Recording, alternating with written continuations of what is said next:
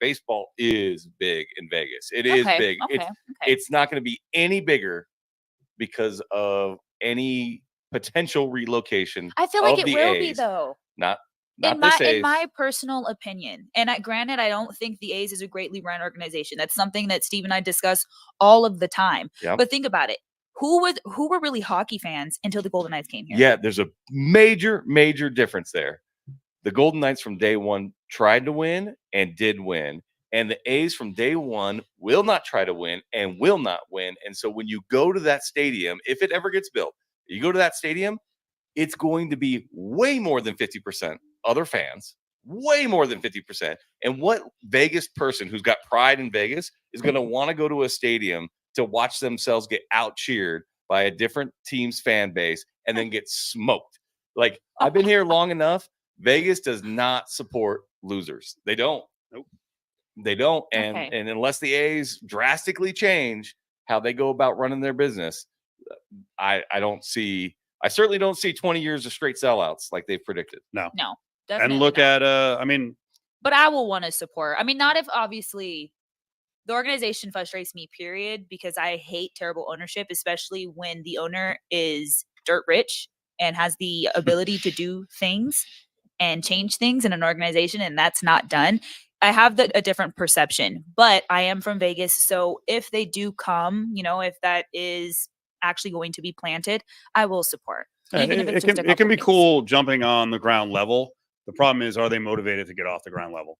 Like, if you think they're going to win, 4 years after they're here. By the way, they have enough good prospects, and now they should be flush with more money, because I still don't believe they're going to put up the money for the stadium.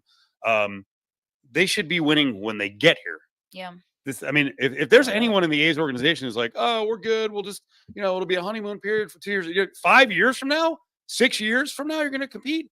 They already showed signs in the second half that they should at least be a 500 team next year. They need to augment and add some more players and build around.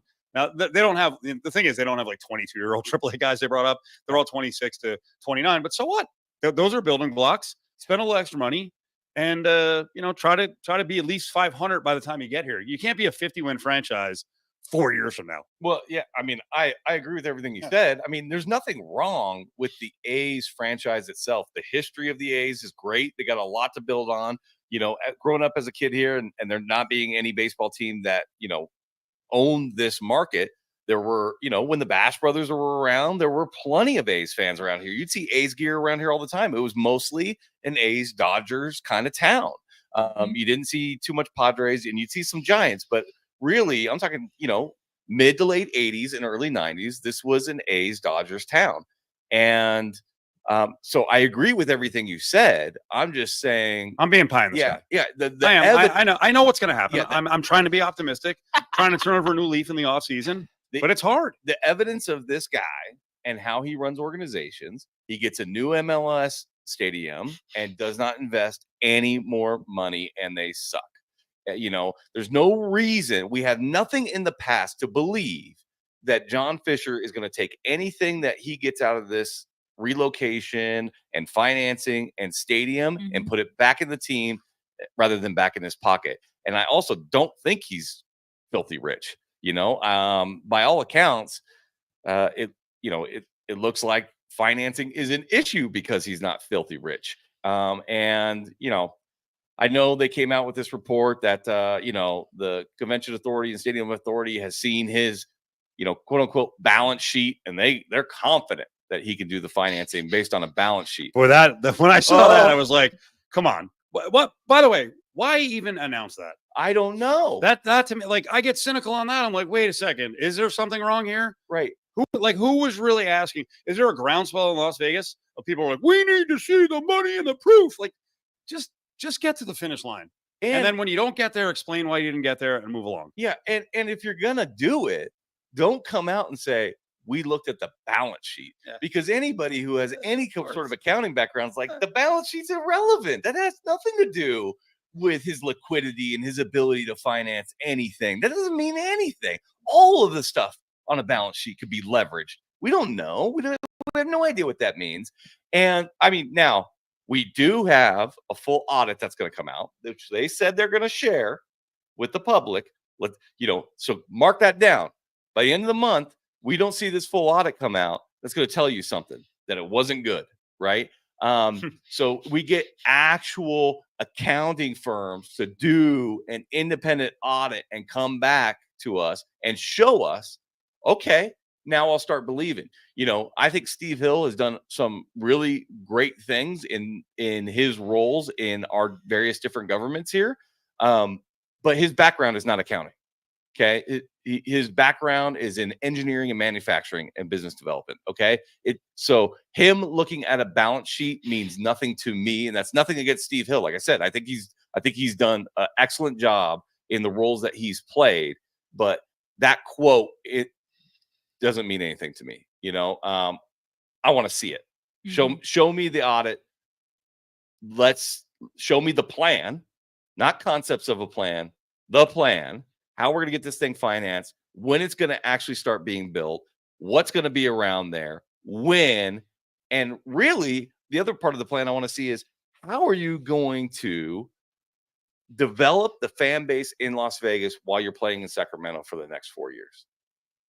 Are we just going to be ignored for 2+ years? And maybe the last year they start doing stuff? Probably. I don't know. A lot can happen in 4 years. You hang out in Sacramento. You've got a friend and an owner of the Kings who really wants them to be in Sacramento. He's got money. He's got real money. Way more money. Real money. Much needed money. And he's a good owner. Yeah. He runs organizations well. A lot can happen in 4 years. So I'm still pessimistic about how this is all going to play out. It's funny. I was at a gala 2 weeks ago, and this young man was being honored who's a friend of the family, and so we went, and he's 14 years old, and he's a huge baseball fan, and he plays baseball. He's a Cubs fan because of the family, grew up as a Cubs fan, and they're like, oh, what do you think about the A's coming to Vegas? And he's like, I'll be in college by the time they get here, so I don't really care. My God. Yeah, I mean, you start putting timetables on that, and you're like, that's crazy. We got teenagers who are all sour on the A's already. What do you think about, okay, obviously it was a plan for them to come to Las Vegas, a place where you can come and truly run a very successful organization because there's so much to capitalize off of. Do you think, obviously we question the finances that take place in that organization, but do you not think that Las Vegas is a place where you can build that and capitalize off of it because of all the traffic now coming in, because the Raiders, you have the Golden Knights, people may want to stop by and watch a baseball game if that even ever does happen? Yeah, certainly the history has shown that relocation to Las Vegas increases the value of a franchise, increases ticket revenue. Like we have enough evidence of that to show that is true. The fact that the Raiders are still some of the most expensive tickets in the NFL proves that. I feel bad for Raiders fans, like the Las Vegans who jumped on board with that organization. Whew, it's tough. You're really griping on me all day today. What is this, dude? I'm saying I have pity on them. I do. I have pity. It's tough. It's going to be tough to be a Raiders fan for a while because it's not a well-run organization. And there's no reason to think that they're going to make the next right decision. Steve asked me a year ago, like, okay, they've hired Antonio Pierce. What do you think about that? And I was like, it's the most Raiders move that you can make. It's not a compliment. Not a compliment. No, it's Raiders doing the Raiders thing, and keeping. Hey, the players want Antonio Pierce 4 weeks into the season. Devonta Adams, you know what? I don't like this guy. Yeah. Wait, Mark Davis supposed to be like, you guys wanted him. Now you're done. I have pity on Raiders fans, man. Pity on Raiders fans. Real weird deal. This hour is brought to you by Battleborn Injury Lawyer. 766-1400 is the call from anywhere in the state of Nevada number. Got it out 775 in the north. Remember, our office is in Reno, in Summerlin, downtown Vegas, and Henderson.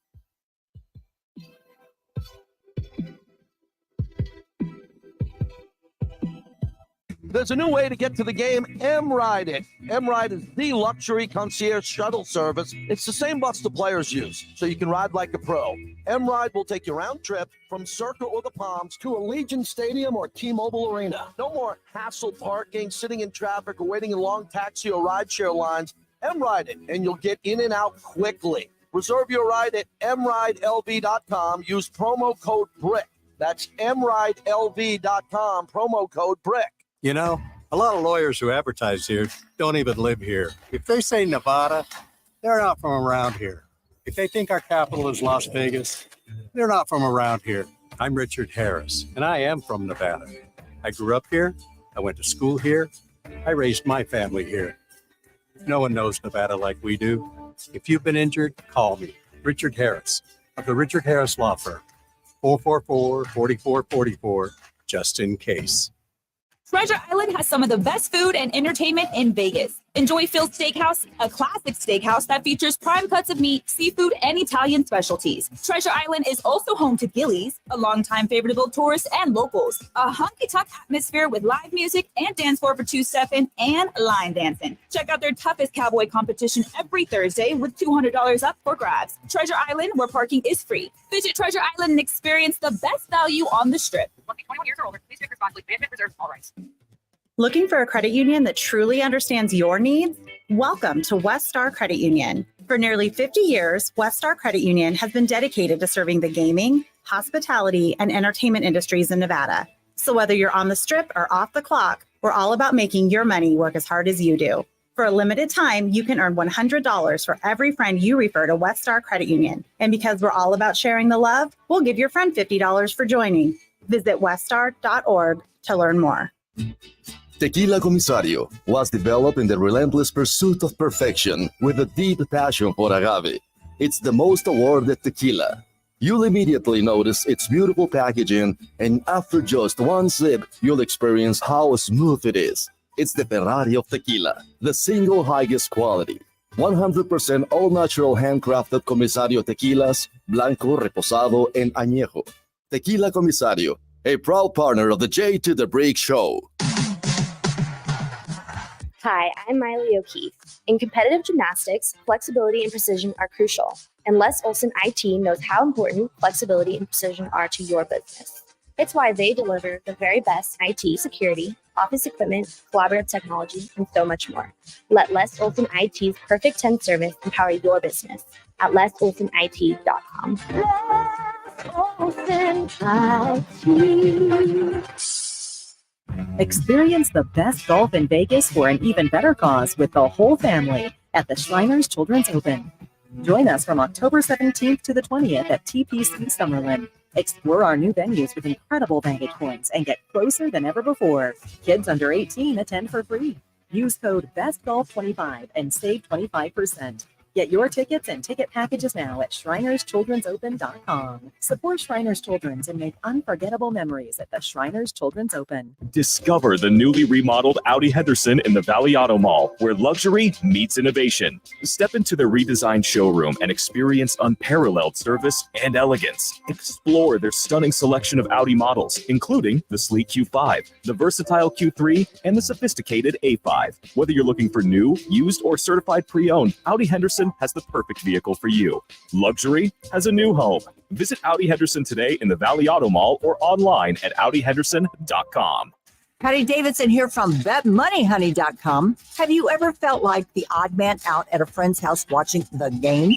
After years in the sports betting industry, I can teach you the rules of different sporting events so you can now be part of that crowd of cheering fans with an understanding of the game. Plus, I can teach you how to place a bet on a game, which will completely change your perspective because you too can be a winner. Join me at BetMoneyHoney.com. That's BetMoneyHoney.com. Life insurance. Why are you putting it off? Can't afford it? Too much hassle? Think you don't need it? There's lots of excuses for putting off life insurance. But if you weren't there, who would pay the mortgage and other bills? With Ethos, you could be covered in 10 minutes and boom, family protected. Ethos, fast and easy online term life insurance. Up to $2 million in coverage with no medical exam. Some policies as low as $1 a day. Answer a few health questions and get your free quote at getethos.com. That's getethos.com. Hey, Port of Subs fans, ready for a deal that's big on taste but light on your wallet? Make it a combo for just $2. Just $2 more. You can upgrade with chips and a drink. Get more meal for your money and make your lunch a combo. Head to Port of Subs and add chips and a drink for just $2. Offer available for a limited time only. Visit portofsubs.com or order on our app. Sandwiches, Port of Subs. This sports update is brought to you by William Hill. For all your betting needs, William Hill has you covered. For all the details, visit williamhill.us. Must be 21. Gambling problem? Call or text 1-800-522-4700. Tonight at T-Mobile Arena, the Vegas Golden Knights host the Colorado Avalanche. As it is the first regular game of the season, the gold carpet will be out. That will begin at 3:30. Doors to T-Mobile will open up at 5:30, and puck is expected to drop a little bit after 7 o'clock. Live from the Battleborn Broadcast Center, it's Cofield and Company on ESPN Las Vegas and ESPN Reno.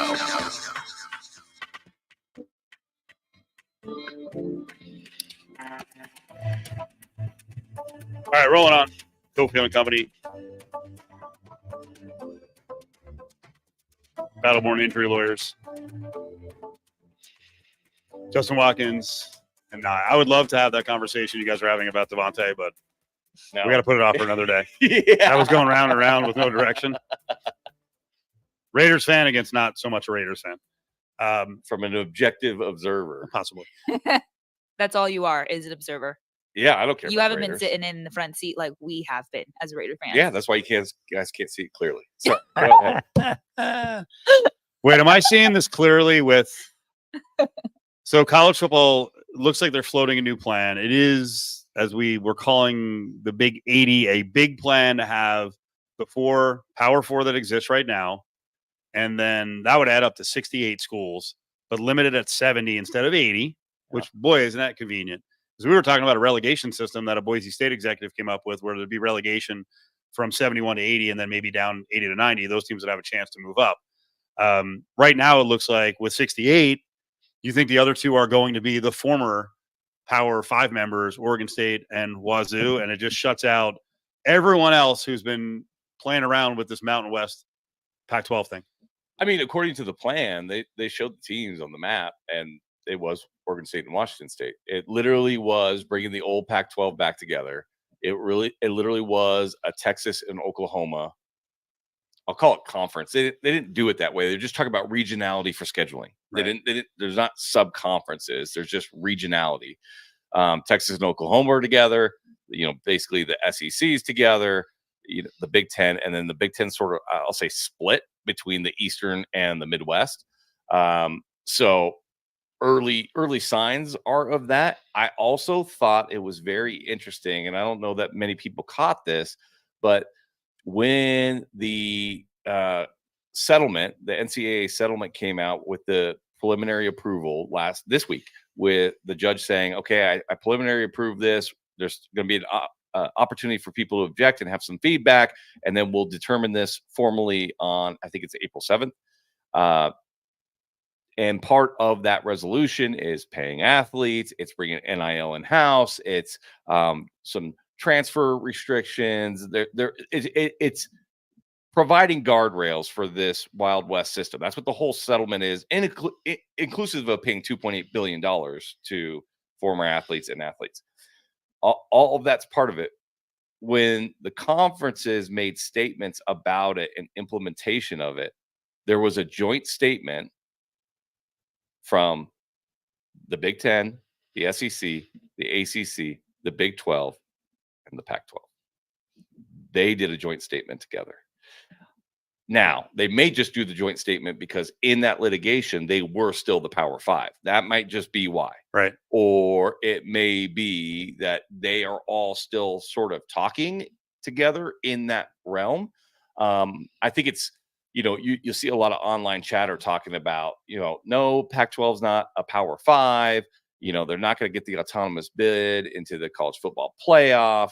Those are two separate things. The autonomous Power now 4, it is Power 4. They took away the power status of the Pac-12 when they reduced down below 8, with a door open to get it back.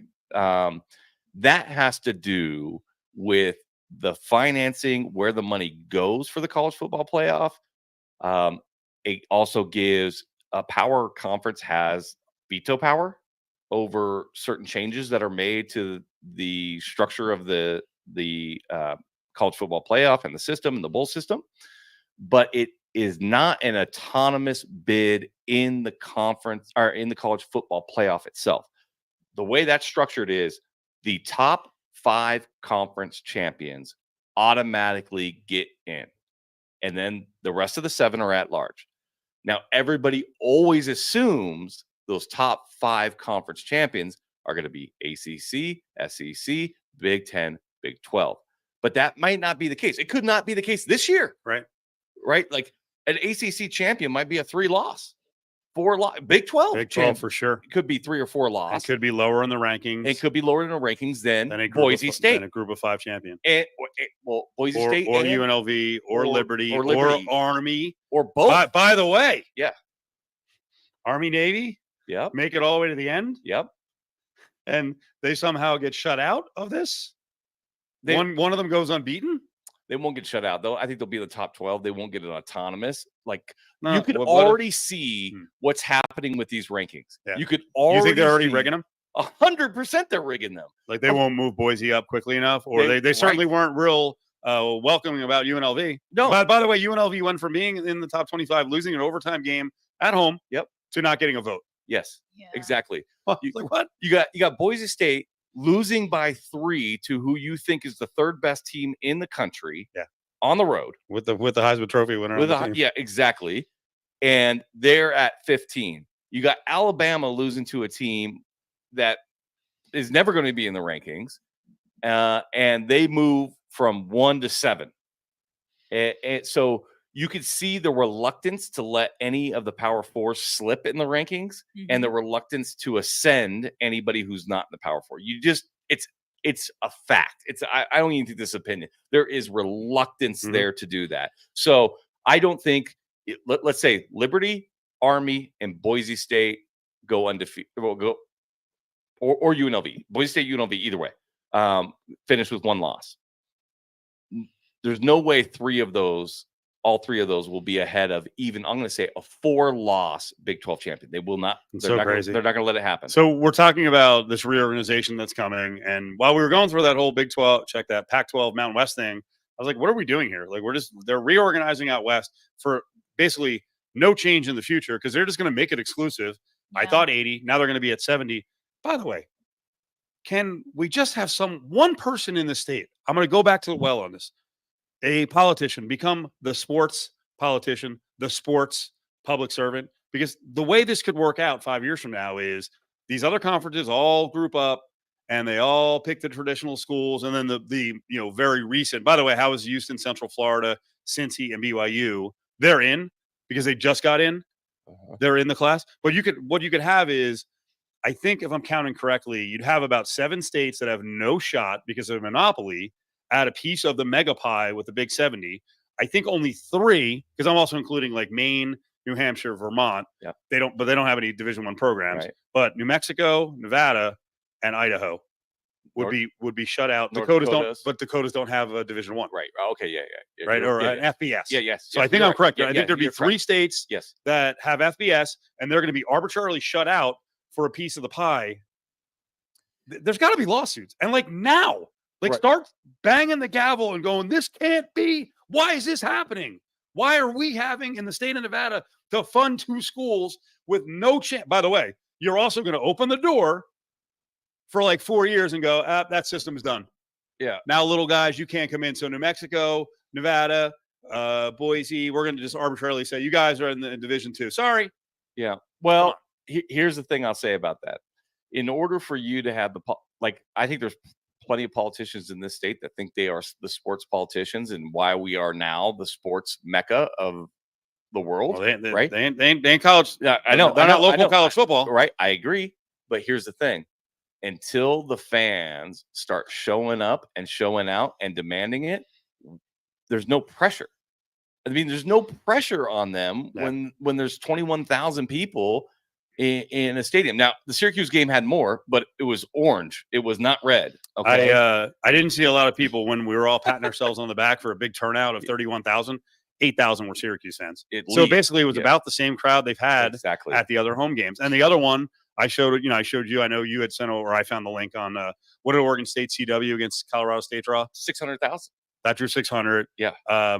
Rebels and Syracuse on TV on that Friday night by themselves. Right? No, they weren't. They were against Oregon, Michigan State, which got 2.5 million. Yeah, that's true. Still couldn't get the 700,000 viewers. Now that's not terrible, right? But they were on a major network, Oregon CBS State- Sports Network, yeah, versus the CW. CW at 3:30 against 8 other games. The CW. Oh, I'm sorry, you're right. You're right. We were at yeah, 3:30 yeah, Friday against versus Saturday. against all the major networks. All linear networks all had games on.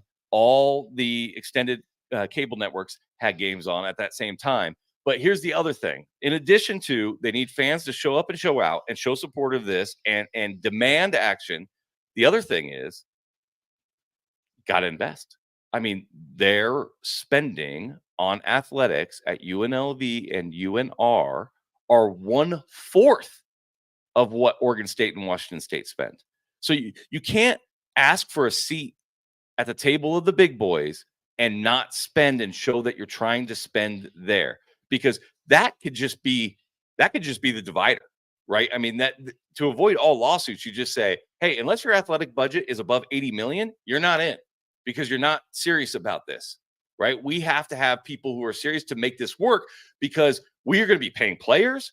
We're going to be, there's going to be NIL deals. There's going to be corporate sponsorships. And if you're not investing in it, then you're just dead weight. You're pulling us all down. I got a minute left before this break. All right. So does that open the possibility that, hey, you've got some time, you got to up your athletic budget. Yes. And that you could have group of fives surpass, I'll call them bottom feeders in the Power Four. I would certainly hope so. When you look at the stadium at Houston, when you look at SMU Stadium and there's 12,000 people there, yeah, they got into the Big 12 because the Big 12 was worried about its existence, not because they deserve to be there. I mean, SMU bought their way into ACC, but they don't have that fan support. They just got lucky, no doubt about it. They just got lucky. If the Big 12 could do it all over again, they would not take UCF.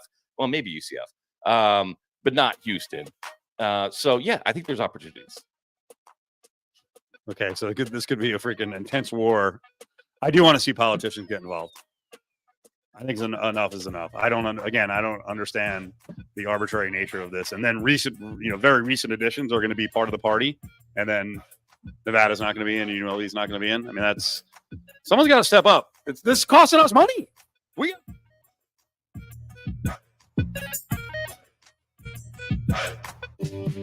Subaru